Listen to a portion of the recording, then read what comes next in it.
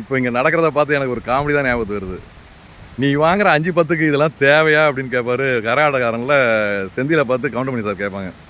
இப்போ பார்த்தீங்கன்னா நம்ம மக்கள் மைவி 3 ஆர்ட்ஸ் மக்கள் வந்து இன்றைக்கி இருக்கிற குழப்பம் எப்படி இருக்குன்னா, யாராவது ஒரு வீடியோ போட்டாங்கன்னா அது என்ன சொல்கிறாங்களோ அப்படி பிடிச்சிக்கிறது. எம்டி சார் எத்தனை வாட்டி சொன்னாலும் அடுத்த சேனலை நம்பாதீங்க, நம்ம ஃபார்முலா சேனல் நம்புங்க, அப்படி இல்லாட்டினா நம்ம வீடியோக்கு முன்னாடி வரக்கூடிய அந்த இதில் சொல்லுவோம், அதில் பாருங்கன்னு சொல்லியிருக்காங்க. அப்படி இருந்தால் நீங்கள் யாராவது கேட்குறீங்களா? யாராவது மண்டே கழுவுனா உடனே செவி சாய்ச்சிட்டு அங்கே போய் காதை கொடுத்து கேட்குறது. நான் இது எதுக்கு சொல்கிறேன்னா, ஒருத்தர் வீடியோ போட்டாராம் எம்டி சார் பெயில் கிடச்சிட்டு வந்துட்டாங்க அப்படின்ட்டு. அதே அவர் அடுத்து மன்னிச்சுக்குங்க, அவர் வந்துட்டாருன்னு நினச்சி போட்டேன். அப்போ அவரோட இது வந்து டிஆர்பி ஏற்றுற மாதிரி இல்லை. இப்போ சொல்லப்போனால் எப்படி இருக்குது, இது எதுக்காக இந்த ஃபேக்கான ஒரு இது விவரம் தெரிஞ்சால் சொல்லுங்களேன், சொல்லாதீங்க. எதுக்கு பேசணும்? மௌனமாக இருக்க வேண்டியதானே?